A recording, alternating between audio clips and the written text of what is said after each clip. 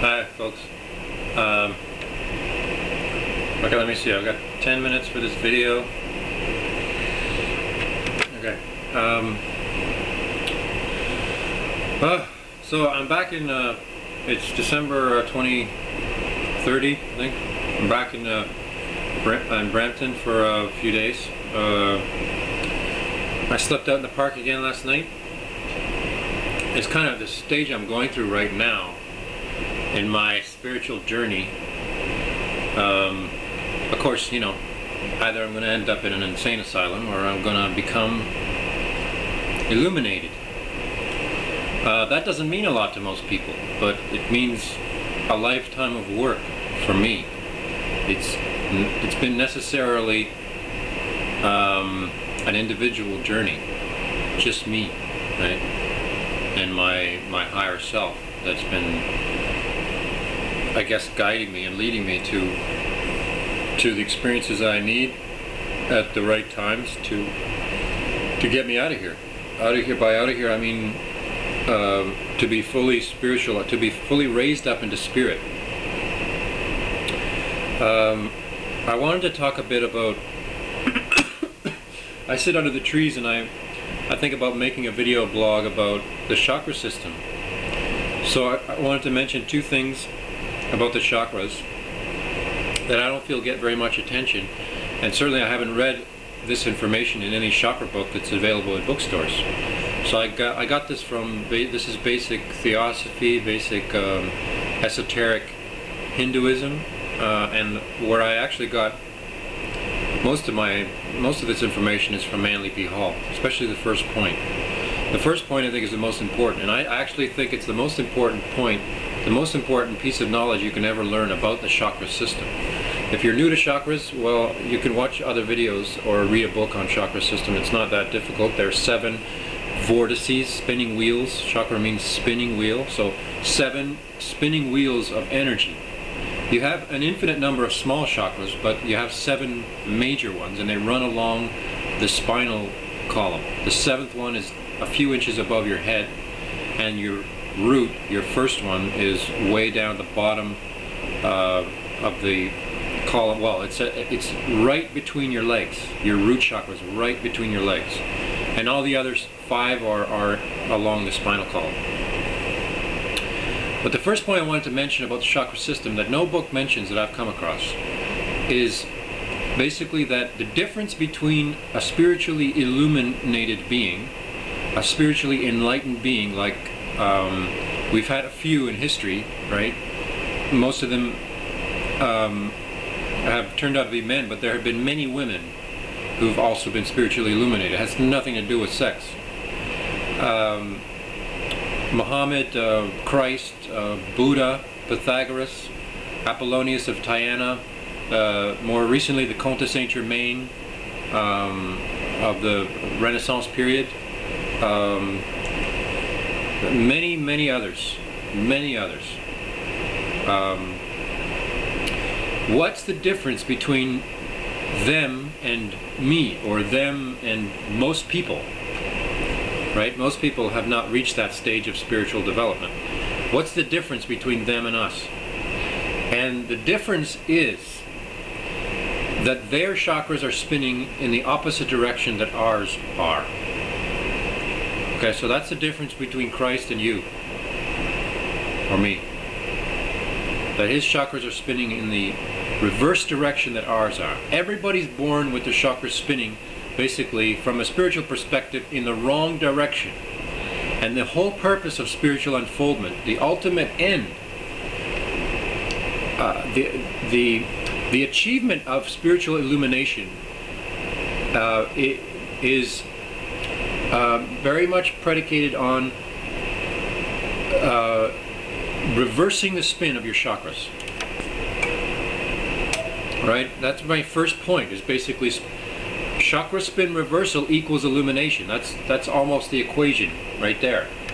So then the question becomes, well, how do you reverse their spin? And you can't do it by thinking or meditating or wishing it were so. It's a it's a physiologic and it's a biologic function.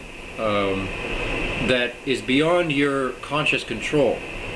The way it happens is that it's the Kundalini energy, the evolutionary energy at the base of the spine and the sacral area of the spine, that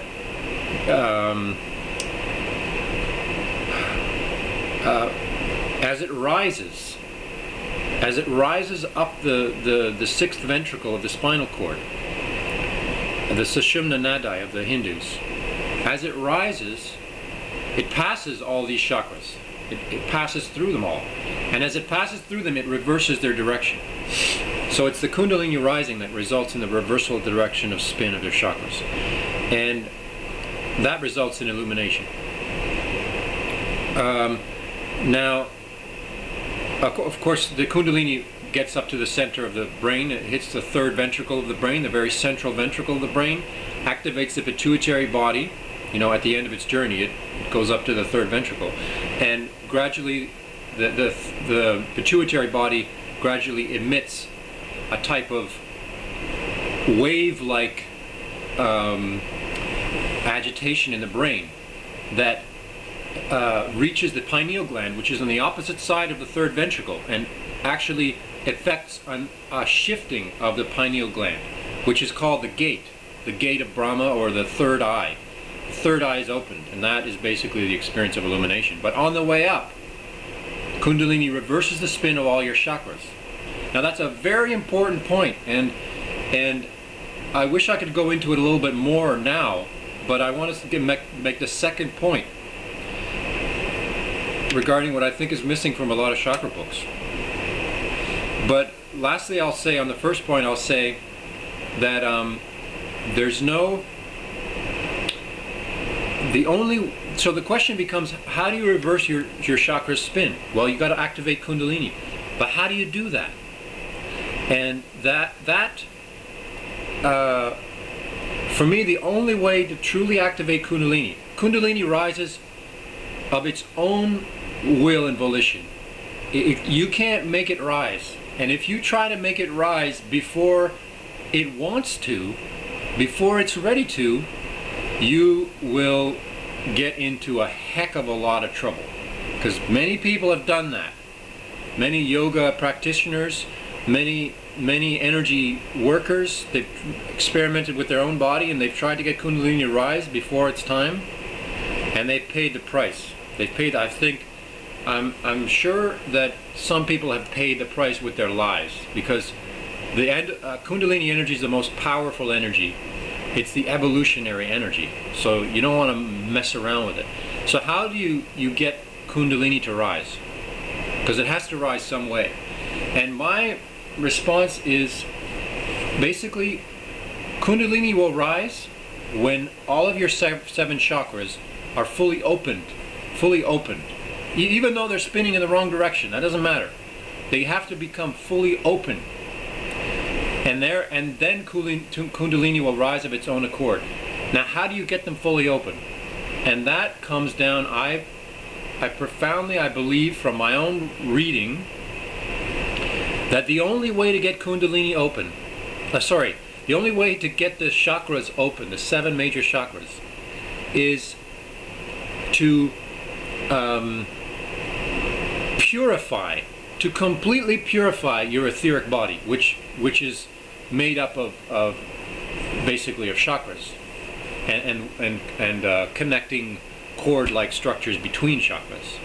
Okay, so if you purify your etheric body, completely purify it, totally 100% pure, your chakras will be free from all obstructions, will be free from all tension, all blockages. They will fully open up, and Kundalini will just rise of its own accord.